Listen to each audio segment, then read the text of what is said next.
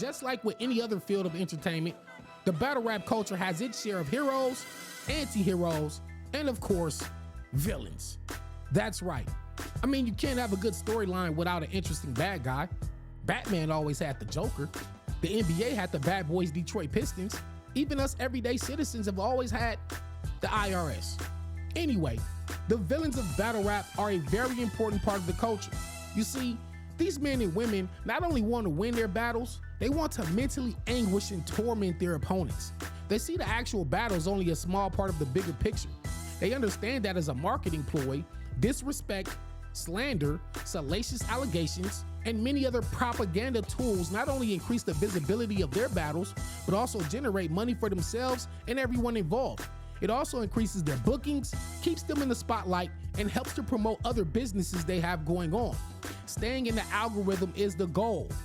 But these sometimes less than honorable tactics don't come without a price.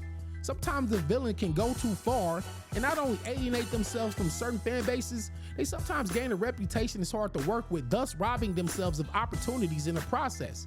Some MCs came into the game as a villain out the gate, while others slowly became villains over time.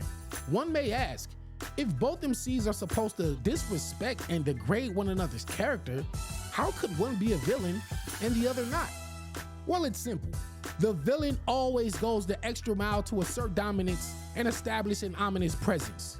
They will antagonize their opponents non-stop and take measures to let their opponents know that they don't like them at all, and even give hints or sometimes direct threats that the bad blood can continue outside the realm of the battle arena.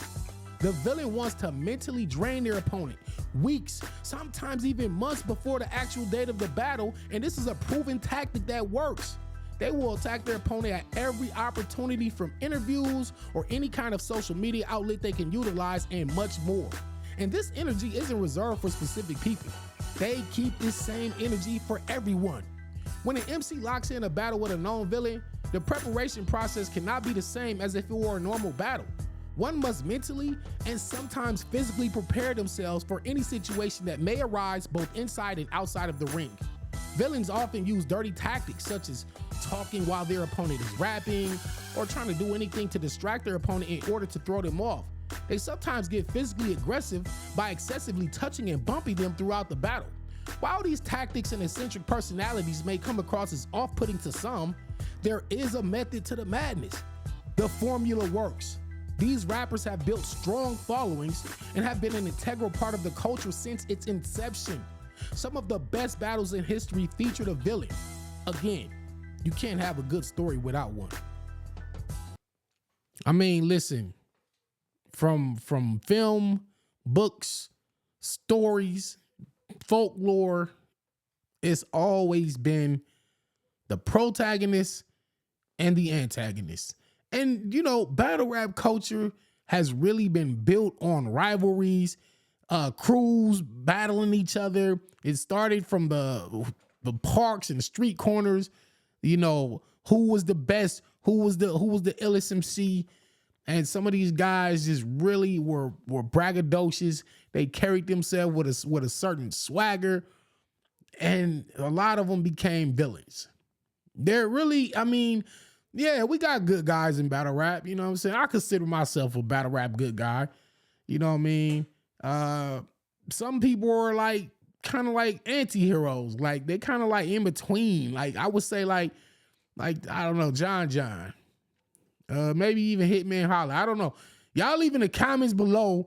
List off if you can, list off 3 good guys, 3 anti-heroes, and 3 villains of your own. You know what I'm saying? So, but anyway, battle rap has had a lot of lineage, a lot of storylines of going from basically a protagonist versus an antagonist. And like I said, there's really no such thing as a good story without a good villain. And, you know, battle rap does have its own fair share of bad guys and bad girls. You know what I'm saying? And let's not get it misconstrued. This blog isn't to like down somebody or criticize, you know, certain battle rappers. It just is what it is. You know what I'm saying? I just call it how I see it. And yeah, man, we need villains. We need villains. Cause here's the thing, man. When we get the what y'all be complaining. Y'all be like, battle rap too friendly. This shit ain't the same. It ain't got that raw feel no more. Everybody shaking hands and happy and like, no, we need the guys and the women that are like, F y'all. I don't care about none of y'all. It's all about me or it's all about my squad. Everybody else can go. I don't care about nobody else. And I'll crush anybody in front of me. That's the attitude that battle rap and the hip hop culture was built on. And you know, we got our villains, man. We got some villains in this game, man. Y'all let me know who is the greatest villain of all. You know what I'm saying? Like, who is the greatest villain? Like, I would like to think Free Surf, he'll be home soon. I would like to think that Surf is like a villain, but he's also like one of the most beloved battle rappers of all time. But the way he carry himself, his energy, the way he talk to people, he come across as a bad guy. I think personally, I don't know, man. A-Verb, you know, A-Verb might be, you know, Disaster too, like Disaster, Verb. Sometimes I feel like Math Hoffa is, you know, he's not necessarily a villain, but yeah, Math is a villain. Math is a villain. I think Suge is one of those guys that kind of started his career as a villain, but has kind of can't come over to the hero side. Shout out to Suge. Y'all let me know. You know what I'm saying? Again, this is fun. This is dope. Y'all let me know who y'all think are the battle rap villains and who do you think are the heroes? Who are the anti-heroes? You know what I'm saying? So we're going to figure this out together. We're going to figure this out. But, you know, some of these people just kind of came into the culture and they embraced the villain role. Some of them just, like I said, some of them took on the villain role as time went on. And I remember talking to, I was talking to Snake Eyes and I was like, bro, the way you come across, the way you carry yourself, man, you just ruffle feathers. Like everywhere you go, man, you're just the bad guy. You gotta be that. You know, I think I told Jack Boy Maine the same thing. Like, hey, bro, you did that. You're the devil. You gotta be that. You gotta have some type of character, some type of personality to go along with. I don't know. Let me think. I would like to think Chilla is a good guy. What about JC? JC's like, he's the Reaper. Like, he's death incarnate. You know, he's death himself. What about Rum Nitty? Like, do y'all see Nitty as a villain or is he the good guy? And Geechee is like both. Like, Geechee is, shout out to Geechee, man, but Geechee can play both characters. He can be the hero sometimes, and then there's times where he is the menacing villain you don't want to run into in a dark alley. You know, let me see. What about Vixen? Vixen is an assassin. She's got to be a villain. She's an assassin, but then she gives out a kiss at the end of her. Well, I guess that ain't got nothing to do with it. Maybe she's not a good person. I don't know. Shout out to E Hart. What about E Hart? Is E Hart a villain? Or she on the side of the good people? You know, she come across menacing. She's menacing. And what about Bonnie? And I was thinking about Shayna too. Like I'm kind of Yoshi. Yoshi's a good girl. Yoshi a good girl. But I don't know. Again, y'all gotta help me out, man. Just put some names in the comments. List like good guys and then 3 names, villain 3 names, anti-hero 3 names.